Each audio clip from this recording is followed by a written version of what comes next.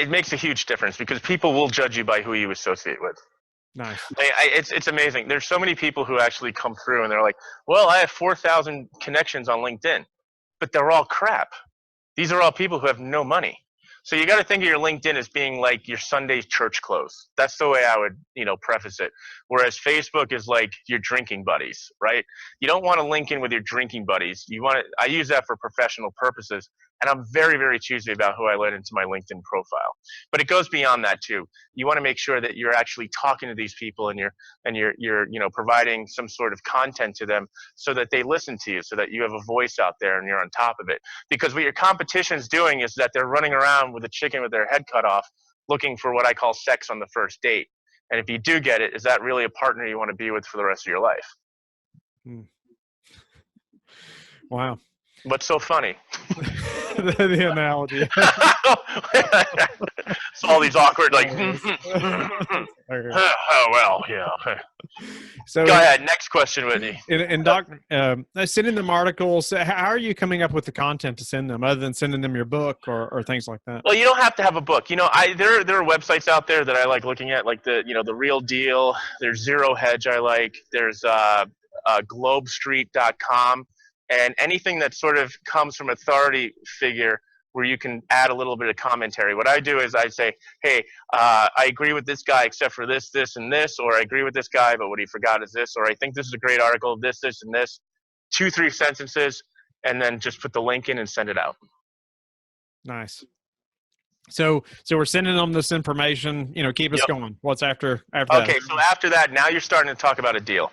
And usually the deals we do, we're equity allocators, which means we take our own proprietary equity and the equity that we raise, which is hard cash. Some people might call it down payment money, but we don't use that word, right? I mean, we're beyond that.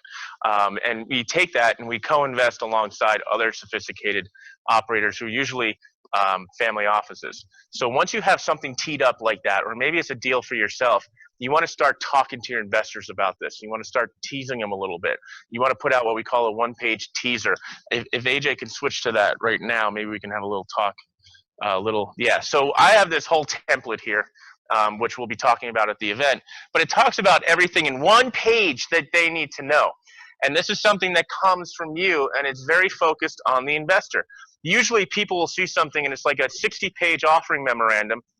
It's all lies because it's coming from a broker. I know I'm offending people out there, but this is, what it is. And when it goes out like this, we set if you guys can see it, we put together everything that they need to understand in one sheet.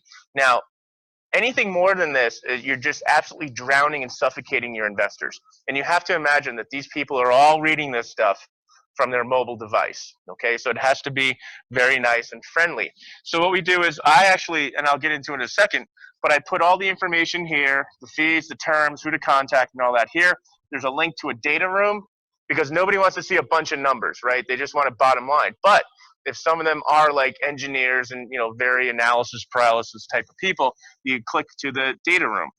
The other thing I put in here too as well is I did a video. Video is the most powerful medium you can use today, and I'll tell you for that in a second. Yeah, and so this is a copy of a video. We're not going to go through the whole thing, but video is a very powerful motivator. So if you are local to the asset, and you should be if you're buying your first building or something, you need to use video. This video that we put together, I'm just going to show 30 seconds. We can lower the volume while I'm talking. Is that okay? Yeah, perfect. So the situation is that I found someone, a college student, who students are very technical, right?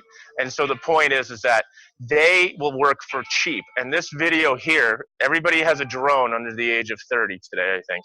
And we paid him, I think, $250 for him to do this, to put this together, add the audio, and have it fully edited. So now I have something here that talks about the location of this Class A industrial office space in Las Vegas across from a Pepsi distributor that's 166,000 square feet. It's cash flow cow.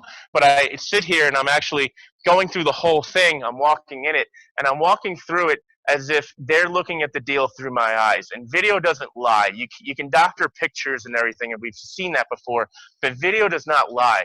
And I'm telling you, when you're working with people's money, they really want to see how you're looking at this deal, that you have conviction in it, not just with financial conviction, but also you're walking it and following it around. You can hire, we've done this in Coral Gables with another property. You can find someone in any city with a drone and a video editor who's hungry, who needs to make rent, who will do this for you. And this was taken months ago. So this project has continued on, and it's all built out. What I don't have readily available, because it was actually shot recently, was a new drone video that comes after this. It's sort of an updated version of the before and after, and it shows everything about this deal. Video is very important. Even if you're using just a cell phone, you're doing a selfie stick or something like that, that's fine. A lot of our investors are very sophisticated out in New York and New Jersey. They're people I worked with at Goldman Sachs, so I go through and give them a little more touch and feel, if you will. But not everybody has to do this. But if you do have wealthy people, you have to imagine wealthy people only hang out with wealthy people.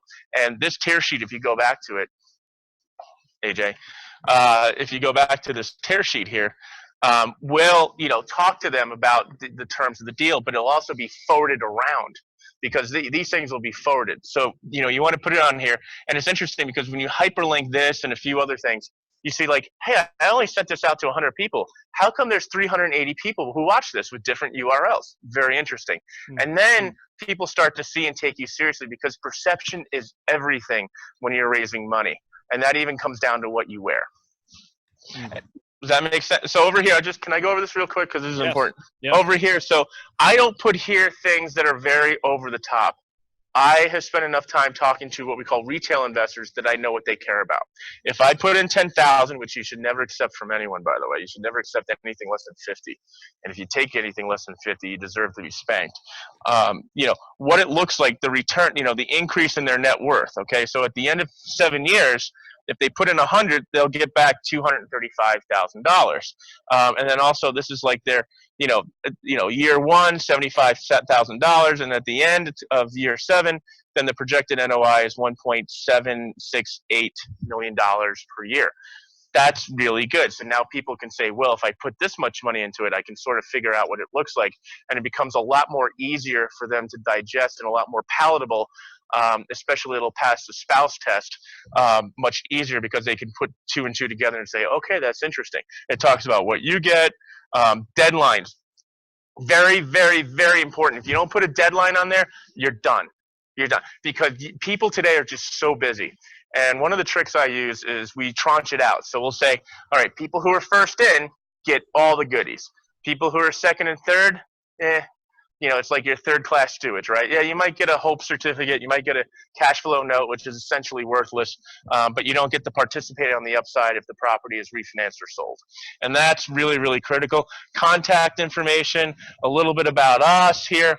And by all means, before you do this, you're going to hire someone on Upwork.com, and what they're going to do is they're going to proofread it so that your spelling doesn't come across.